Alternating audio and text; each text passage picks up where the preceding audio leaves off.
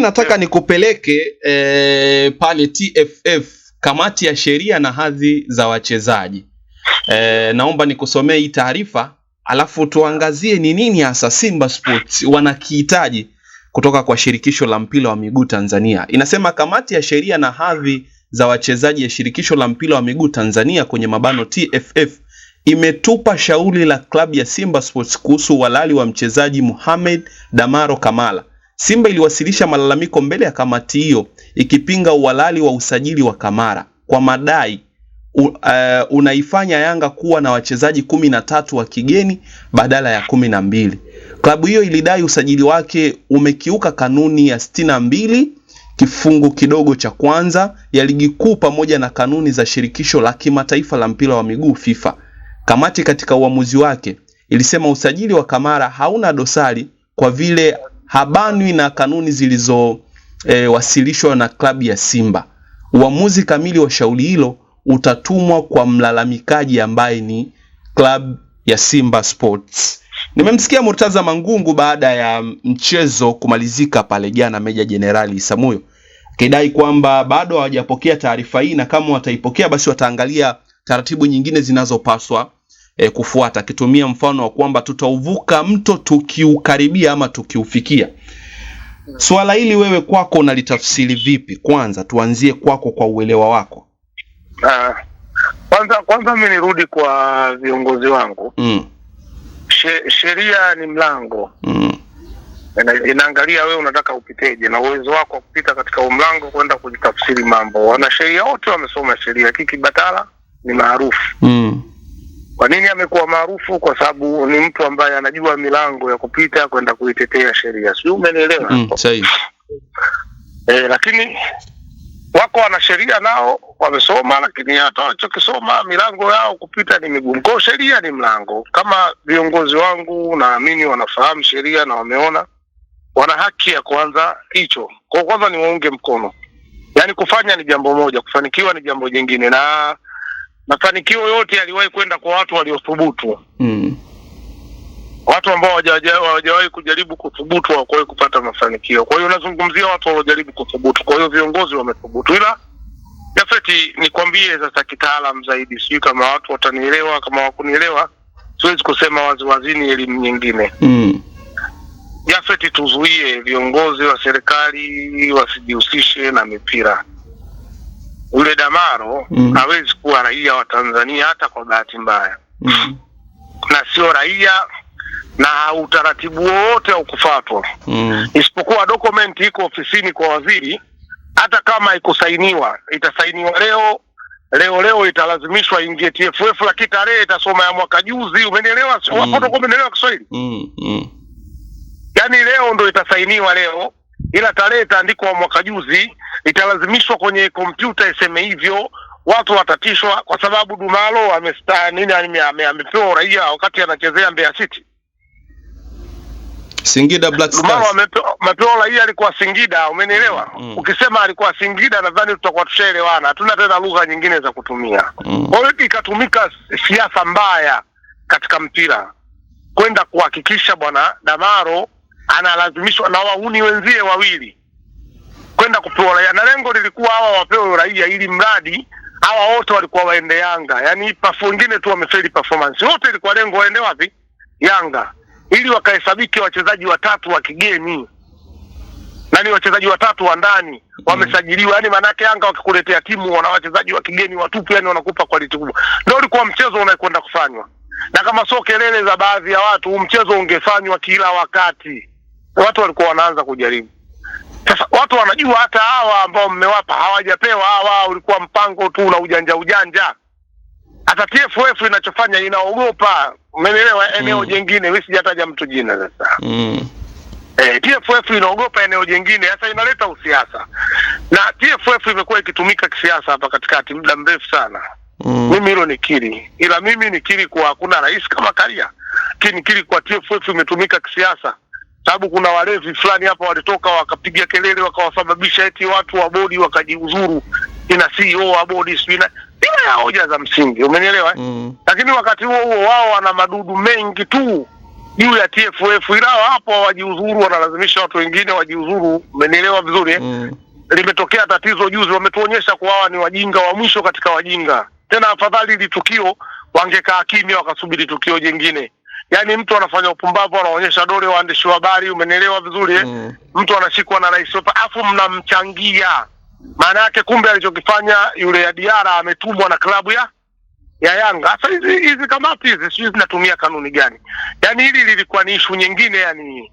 Umenielewa vizuri Ili mgundue kwamba watu wanatumwa na vilabu hawafanyi wao. Kwa mnapogonga nyundo, wekeni nyundo sawa sawa. Klabu inamchangia mtu, fanya vile vyote vile kwa hasira na kuweka dole pia. Ule Uingereza asingecheza maisha yule. Angefungiwa kabisa maisha. Mimi nakueleza, mtu kapiga paka ndani, unaambiwa mpaka mikataba yote kavunjiwa. Umesahau? Anakumbuka vizuri.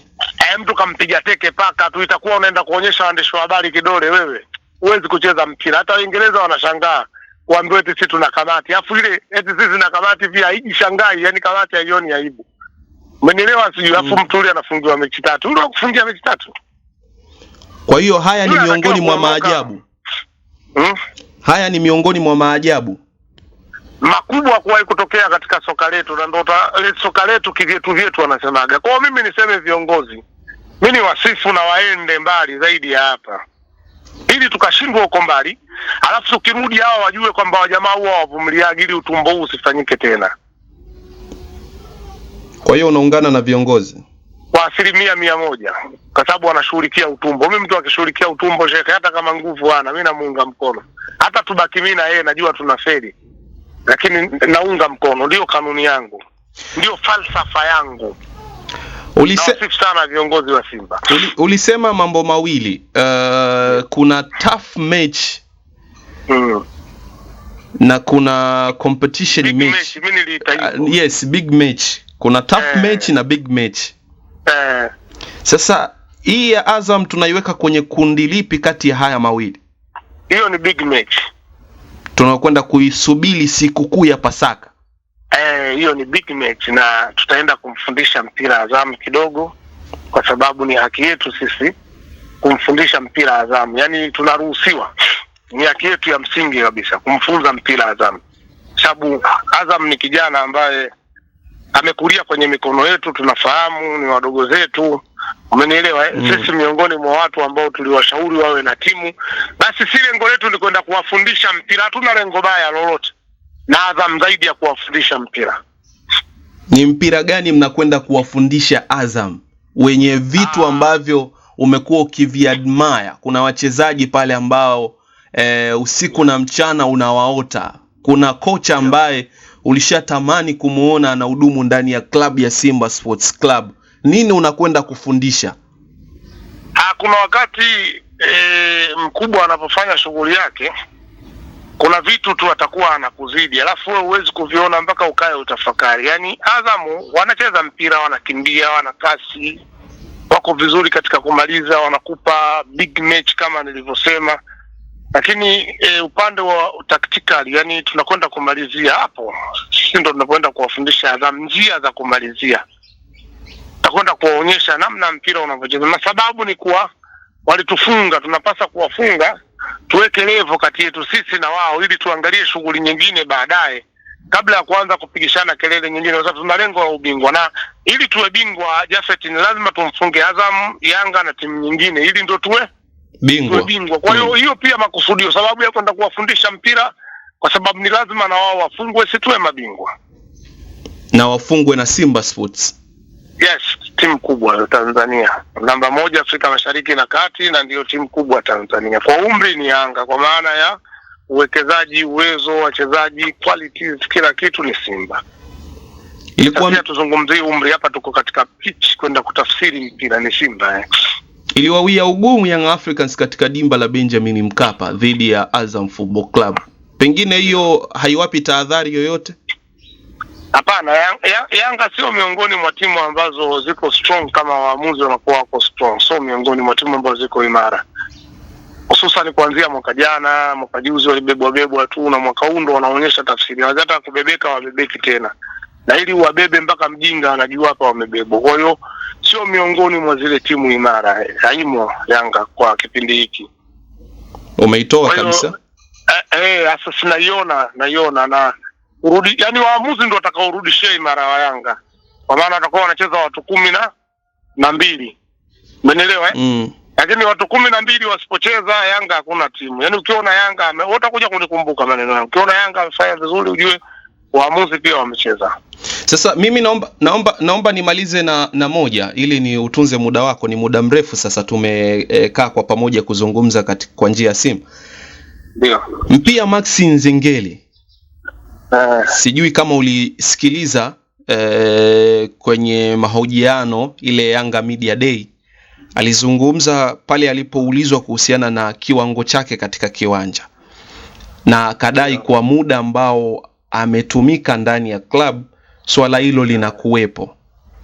Mchezaji wa aina hiyo kutambua kuwa kuna majira unaweza ukawa katika kiwango bora ama kuna majira kutokana na kutumika kiwango chako kinaweza kikalega. Ndio. Ni mchezaji ambaye wewe unaweza ukamtafakari kwa namna gani? Japeti, naweza kukukumbusha tuliwahi kufanya kipindi kimoja tukiwa Buguruni. Kaniuliza ni nani unatamani pale Yanga kuja Simba, nilimtaja nani? Maxi Mpia Nzengeli. Basi mimi nafahamu wachezaji. Yaani mimi mpira ni mchezo wangu. Mimi nafahamu wachezaji. Ni professional player mkubwa kuwahi kutokea Yanga. Kuliko hata wale pako mzuzu wamezunguka watu walopewa jina kubwa. Yaani yule ni zaidi ya mchezaji. Ndio maana kama ulimsikia kwenye mahojiano yake aliojua pia kuhusiana na kiwango akasema saizi timu ambayo iko na quality na inaimarika ni Simba. Nadhani kama sikosei alijibu. Umenielewa vizuri kwa nini? Kwa maana yule mwamba ana uwezo wa kuona. Yule ni mchezaji. Umempa muda unamuulizia. Maxi pia ana kila kitu. Isipokuwa tu hana timu. Ana kila kitu akitimu hana. Yaani Young Africans unaiona kama nini? Naam. Young Africans unaiona kama klabu ni klabu ya siasa. Young African Sports Club ni klabu ya siasa ambayo imekuja katika mpira. Umenielewa, kuleta siasa. Hamna mpira. Mimi sije kuona kitu cha mpira kwa Yanga. Hamna. Ni klabu ya siasa. Kwa macho yako ya nyama hujawahi kuona? Yaani na ubongo pia nimeushirikisha. Kiacha macho haya sijawahi kuona wana jambo la mpira. Naona ni watu wa vurugu mechi wanachokiongea wakijui. Wewe nikuulize Jafeti. Naam. Ahmed Ally ana miaka mingapi hajachukua kombe la ligi akiwa msemaji? Misimu yote aliyoingia pale Simba Sports 4 yote hajaliona. Unaelewa vizuri? Unamuona namna anavyozungumzia Simba. Sasa jiulize huyu Ashura. Nani Ashura ana muda gani? Yaani si bingwa kipindi chote kaja. Yaani Ashura anatokea wapi? Nani? Alikamwe samani nimesahau. Ali Shabani Kamwe. Ulimi umeteleza. Hauna mfupa. Sasa huyu mwamba juzi tu hapa mambo kuanza kuwa magumu. Hebu mwangalie alipopewa nini na waandishi wa habari. Unatakiwa tunaenda kufanya tathmini, haiwezekani. Yaani hapo una ubingwa wewe unataka ukafanya tathmini. Vipi ukiwa sio ubingwa kabisa unaenda kuzungumzia nini? Yaani hapo umeteleza tu na bado wewe ndio unaongeza ligi. Uwezo wa kuzungumza una. Vipi shekhe hakuna kitu bwana hawa watu. Jamani sisi tukisema tusemi kwa bahati hakuna kitu. Huyo ni Saif Mipapa kutokea ardhi anayoita tukufu jiji la Tanga. Anazungumza haoni chochote, haoni abadani aslan. Hagalab kwa mchezaji ambaye yupo ndani ya klabu ya Young Africans na yeye anaamini kuwa pengine labda hakustahili kuwa kwa mtazamo wake. Ila si kwa mtazamo wa mashabiki wa Young Africans. Wadau mbalimbali Saif wanakusikiliza kutoka pande mbalimbali za dunia. Una lipi la kuambia? Tunawapunja wachezaji. Hatujitolei katika mechi. Tunawapunja wachezaji. Wachezaji wanasikia raha sana wakishangiliwa na watu wengi. Kwa hiyo tujitoe. Sasa timu yetu iko strong. Yote atakayepita mbele atapata adhabu na atakayepata sare lazima akalale na viatu. Kwa sisi tunachotakiwa ni kuwasupport tu wachezaji wetu. Tunatakiwa tuwe imara katika hilo. Mimi yangu ni hayo, siongezei chochote. Mimi nasema Simba nguvu moja, wafuatilia Wisport kwa maana ya ustawi mzuri wa akili zao na kupata madini ambayo huwezi kupata sehemu nyingine yoyote. Saif Mipapa kutokea ardhi teule ambavyo huwa anaita kwa maana ya utukufu jijini Tanga, ndipo alipokuwa hivi sasa kwa ajili ya shughuli zake za kumtafutia za kuingizia kipato ama kutafuta riziki. Wisport TV tumekaa naye kwa muda mrefu zaidi kwa njia ya simu kuzungumza katika yale yaliyojili kwenye anga la kimichezo. Muda kidogo ulipita hatukuwa na wasaa kuzungumza naye, lakini tumeupata sasa kukata kiu ya mtazamaji ama mfuatiliaji ama shabiki wa Seif Mipapa. Popote pale ulipo unaruhusiwa kudrop comment yako katika yale ambayo tumeyazungumza, na lau kama unahitaji mawasiliano basi unaweza kuwasiliana nasi katika namba ambazo zipo katika bumper hapo. Unahitaji kuzungumza chochote lolote na Seif Mipapa, basi usisite kutuambia nasi tutakusogeza naye karibu yake. Mimi langu jina naitwa Jafet wa Mipango. Niseme tu uwe na wakati mwema na nikutakie Ijumaa karimu.